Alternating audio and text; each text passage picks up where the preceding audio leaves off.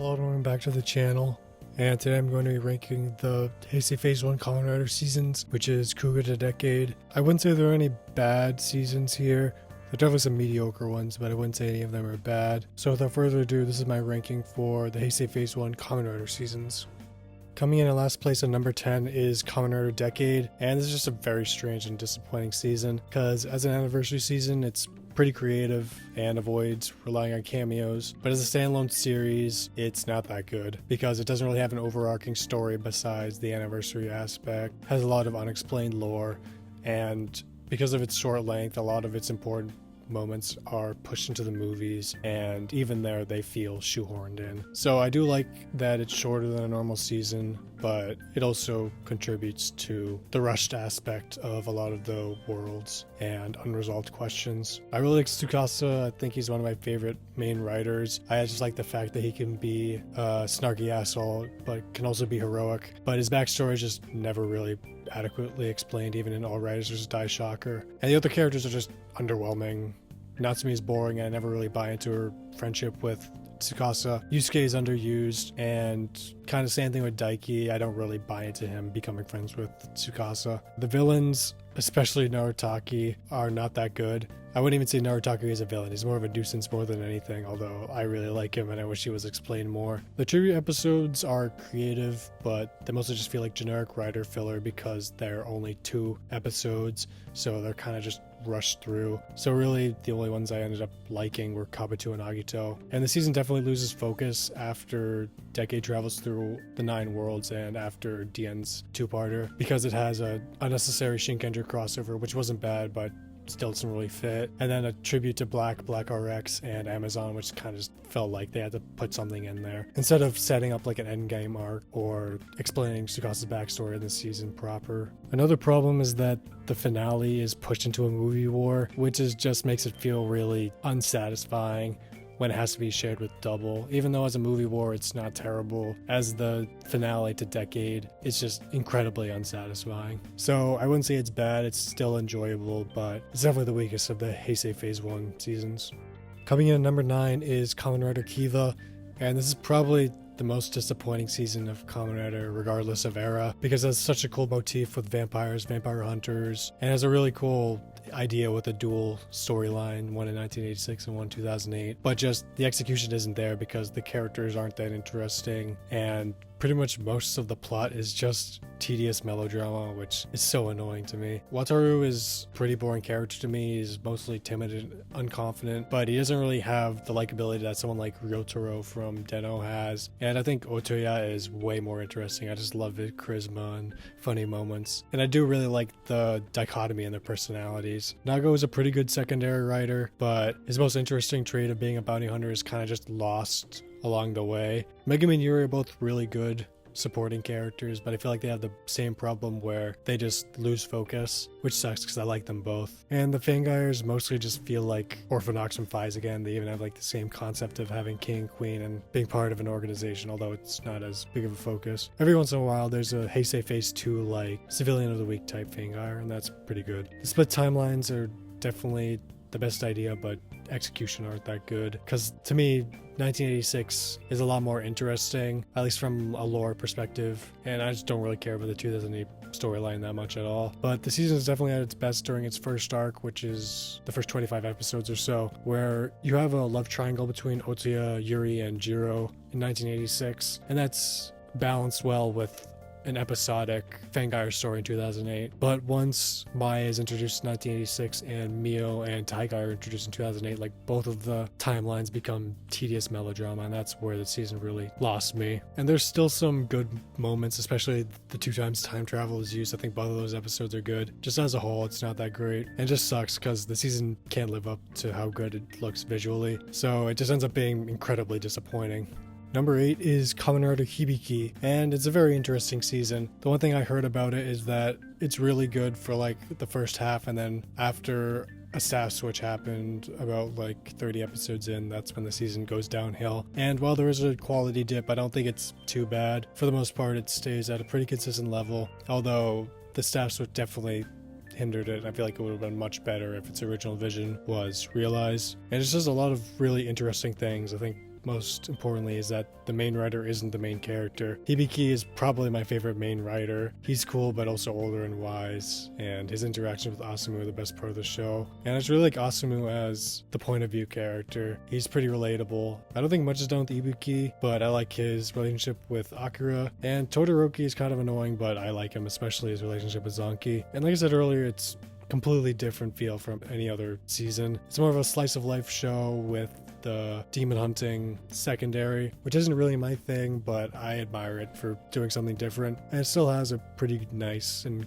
comfy feel to it. The villains aren't really explained at all, but I feel like for this season, it's really the only season where I can say that it's fine. But the biggest issue is definitely after episode 28, when it becomes a lot more generic. Asumu is sidelined for whatever reason, and Kiria is introduced, who's probably the worst character in all of Kamen Rider. He just puts a wrench in Asumu's relationship with Hibiki, and it's so stupid that he gets to be Hibiki's apprentice instead of Asumu. That's so bad. But that's not the only problem. It kind of shifts to having Hibiki, and Todoroki having to transform every single episode instead of before, where you had episodes where Hibiki didn't even have to transform, which is really interesting. But I wouldn't say it's terrible. It's still pretty good compared to what like a lot of people say how much worse it got. I don't think it got too much worse. Definitely got worse, but not that much worse. So despite the shift halfway through and its very, very different feeling, I still really like Hibiki and think it's a great season.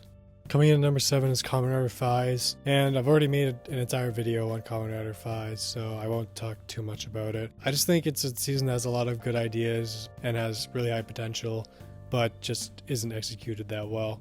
But it's still pretty enjoyable overall. I really like Takumi. He's a really interesting main character as a reluctant hero who eventually grows into his role. He just gets the least amount of focus, I feel like, out of any main writer. Kusaka is a really great character as a guy who's really easy to hate. Kiva is a pretty interesting character, but mostly just underutilized, as his turn against humanity feels pretty rushed and his alliance with Smart Brain is inconsistent. And one of the biggest problems is just the giant cast. I feel like characters like Keiichiro, Kaido, and the Ryusei graduates aren't really necessary, and Mihara as Delta is probably the worst tertiary writer ever. The Orphanok are pretty cool in concept, but aren't really explained that well, and just the story is kind of weird. It's early on, it's slice of life. Through the midpoint, there's just annoying misunderstandings between Takumi and Kiva. There's a love triangle that leads nowhere, and just in general, Faiz is a pretty good season, and it had all the tools to be a really good season, but it kind of just ends up being a pretty good season. But I still really liked it. Number 6 is Kamen Rider Agito. It's basically the opposite of Blade, where it's a pretty good season up until the ending, but the ending almost single-handedly ruins the season, which sucks because there's some really good ideas in the season. I think the mystery is probably the best in all of Rider, and some of the characters are pretty good. Like, I like Shuichi. He's kind of a little too goofy and silly for me, but I think he's overall a likable protagonist. Although I feel like the amnesia is a bit of lazy writing for the mystery. I like Hikawa, but I feel like for the most part, he's just used as a punchline. And Ryo had potential, but he wasn't executed that well. I feel like he gets the least amount to do. I like the beginning where the 3 characters are kind of like co-protagonists, but by the middle of the season, it kind of shifts to Shuichi being the main character, and then Hikawa and Ryo flip-flopping focus. Hikawa for the first half and Ryo for the second half. Like I said earlier, the mystery is really cool. The thing with Akatsuki and the psychic powers, but I just feel like the resolution to it is just really lame. The way they're resolved is that Shuichi just randomly gets his memory back instead of slowly being solved throughout the season like I feel like it should have been. And another Agito was a really good idea. Again, I feel like he would have been a great main villain, especially because he was set up as a really important character, but he's only really around for like 8 episodes and kind of dies unceremoniously, and is only really a villain for like 2 of the episodes, so that's just kind of lame. And the Overlord as the main villain, it's kind of lame. Like 90% of the season he's in the hospital room and that's it. The ending almost completely ruined the season. The final 5 episodes are just so bad. By that point, all of the mysteries were solved, and then they just have to drag out the runtime with unnecessary subplots for Shuichi and Ro, adding in superfluous characters that didn't mean anything, sideline Mana's family, who were the main supporting characters, and then adding in like random things like Hikawa having eyesight issues from using G3 that aren't really resolved either. I feel like the biggest problem is the final moment where Shuichi is saving someone from turning into Agito. He could have done that like it was his sister, and it should have just been Mana because she was already shown to have psychic powers, but it was just some random chef side character that they introduced for this final stretch, and it just loses all the significance. And despite the ending, I feel like throughout most of the season, Agito is pretty good. Although the unresolved mysteries and the ending definitely hamper it a lot, it's still a very admirable season.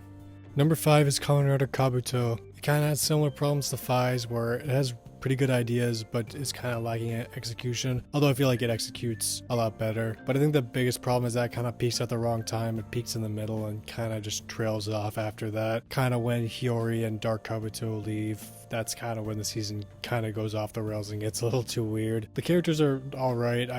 I like Soji Tendo as a protagonist. I don't really like how he's overpowered, but I do like that he's different than a normal Rider protagonist in that he's arrogant, but you can still see his humanity and his interactions with Juka. Kagami is definitely the best character in the season. He kind of goes from a blind follower of Zect to forging his own path, and is kind of the altruistic counterpart to Tendo. The other supporting Riders are mostly mixed. I really like Yaguruma as the B, but he isn't there enough. Kageyama is just a really pathetic character, which I think is what they were going for, so in that case he's done really well. I feel like Daisuke should have been cut. He's unnecessary to the plot.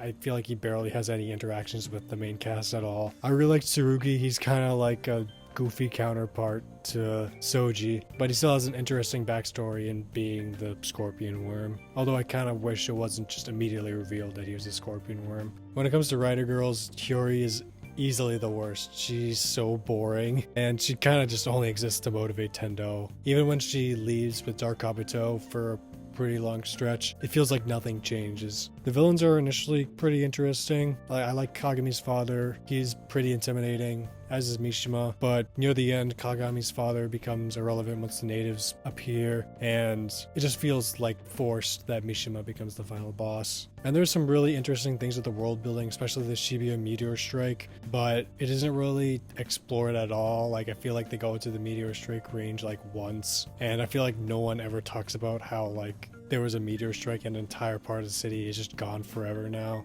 And despite the flaws I said and a noticeable decline in quality towards the end, I still feel like this is a really solid season and has a lot of good moments. Number 4 is Kamen Rider Blade, and from a structural standpoint, this season is fascinating to me because it starts off in such a weird place.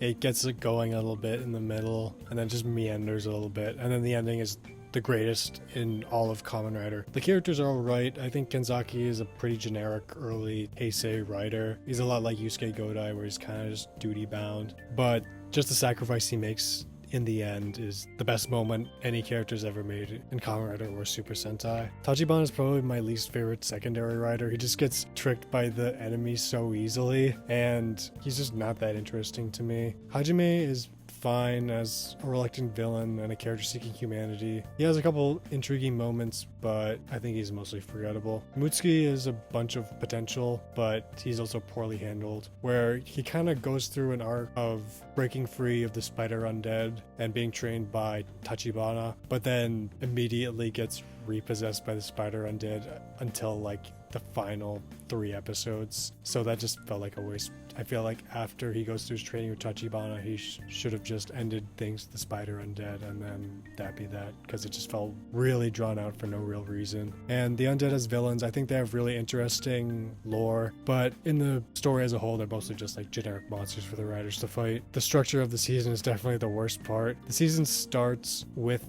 Board's destruction, which just kind of feels weird because we don't really know Board at all. Same thing with Tachibana going through his crisis basically immediately once the season starts, when we know nothing about him. So he just comes off as such a weird character. At the end of the day, Blade is defined by its ending for a lot of people, me included, and it's just so good that it kind of takes them mostly mediocre season and just lifts it up to being great. And I think that's the power of what a good ending can do, kind of inverse of what Agito, how a bad ending can really spoil a season. It definitely has more problems than a season this high usually has, but basically makes up for those problems by having such a good ending.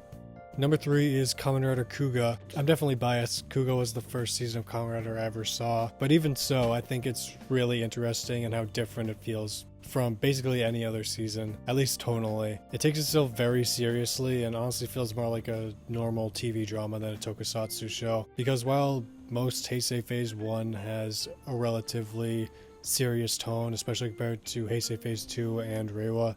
There's still moments of extreme tokusatsu goofiness that is pretty jarring, and in Kuuga there's none of that. It's serious all the way through. Even the funny moments are pretty down low and aren't over the top or anything. So I just really like the tone of the season. It's definitely my favorite part. The characters are also really great. Yusuke is basically the template for all the Heisei Phase 1 writers, or all the writers in general, as just a kind-hearted individual who fights out of a sense of duty rather than desire. And I really like his motivation, which is to protect people's smiles. Even though that's cheesy, it's really good because it's the direct inverse of the Grongi, who fight for their own smiles. So I just really like that. Ichijo is basically the secondary writer, even though he doesn't transform. I just really like his relationship with Yusuke and how he's able to fight with Kuuga even though he can't transform, and even have a rivalry with the rose-tattooed lady, so that's pretty cool. I think the Grongi are pretty interesting villains, especially when they're shrouded in mystery, but just their generic motivation of killing for fun is just kind of lame. The scenes with their untranslated language just makes this show all really slow, because you're not supposed to understand what they're saying, but there's really long, prolonged scenes of them talking in a language the audience isn't supposed to understand. But now there's translations where they give you translations for the Grongi. And honestly, I've seen Kuuga both with those and without, and I honestly prefer them without because they usually just say like generic toku villain stuff anyway, and they're just a lot more interesting when they're mysterious because I don't think their motivation is that interesting. And the biggest problem with the season is definitely the time skips. There were like 2 or 3 throughout the season. For the most part, they don't really matter because it's just skipping over Kuuga fighting Grongi, which isn't that big of a deal. But the biggest problem is when it skips over the first fight with Daguva, which feels like such a stupid idea, just skipping over the first encounter with the main villain, and it having a really big toll on Yusuke, and it's just shown off screen. Like, that's really lame. So while Kuuga has flaws, I think its tone is great. It has a really close place in my heart as my first Kamen Rider season, so I just really like its feel, and I think it's still a great season. The runner-up at number 2 is Kamen Rider Den-O, and this is just a really fun and goofy season, but it's also very heartfelt, and it's just a great season overall. It's not just goofy shenanigans, it actually has some substance to it, which is really great. The characters are just great.